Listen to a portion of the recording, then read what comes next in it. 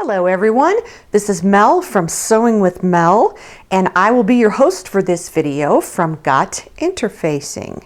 Today's video is about LuxeFuse. Alright, so this is LuxeFuse. Let me read a little bit about it. Have you ever wanted a product that gave you the stability of Decaville Light, but maybe just a little more, but maybe not quite as heavy as Decaville Heavy? LuxeFuse is the perfect product. It is just a little bit heavier than Decaville Light and acts just like it. It's a great alternative. It gives fabric the same feel and amazing stability. So let's look at LuxeFuse, Decaville Light, and Decaville Heavy. All right, so here's LuxeFuse. This is Decaville Light.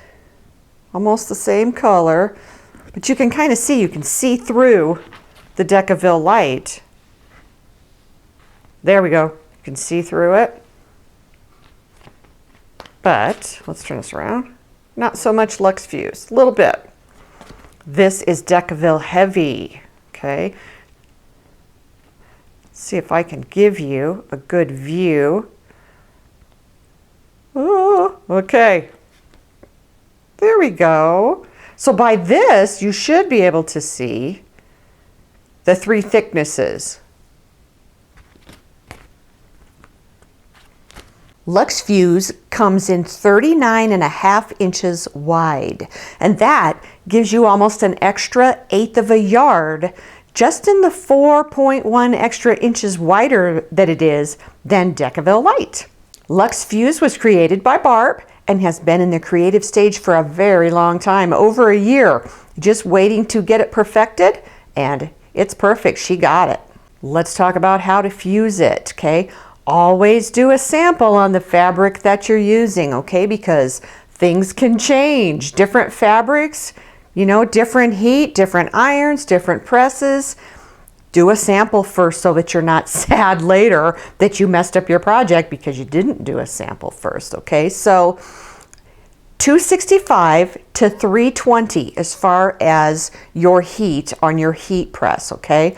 You need to press it, not iron. We talk about this a lot. Press, okay? If you're ironing, you're sliding it around. Press, lift, okay? You want to hold that though for 6 to 8 seconds, maybe more. And if it didn't take the first time, try again and just keep trying until you get it perfect. If you're using an iron, it would be the wool setting that you would use. Now I want to show you something. LuxeFuse, as opposed to the woven fuse or woven fuse 2, these are wovens, okay?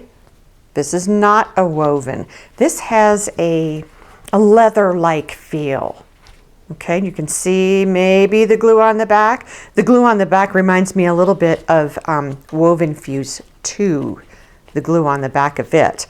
So you'll notice that they're definitely different colors, okay?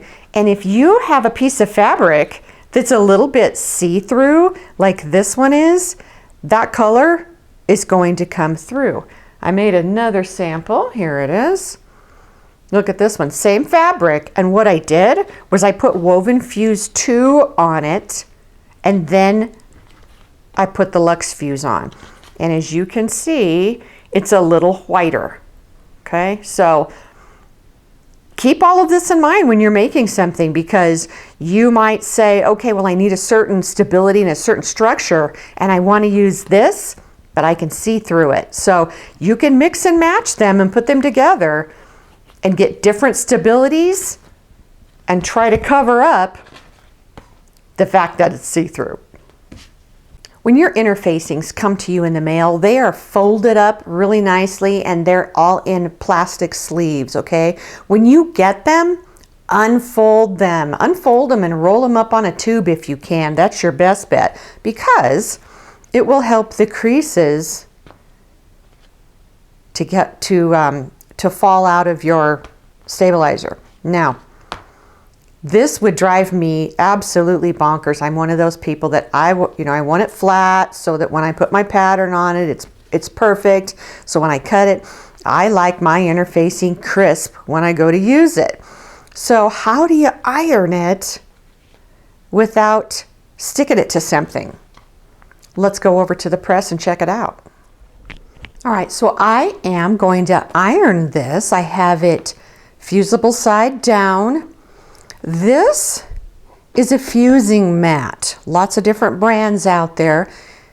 This will not stick to the fusing mat. It will also, your iron will not stick to your fusing mat. All right, so I'm using my Cricut Easy Press right now. I have several presses, but we're going to use this one. And basically what we're doing is we're ironing it. All right, here we go.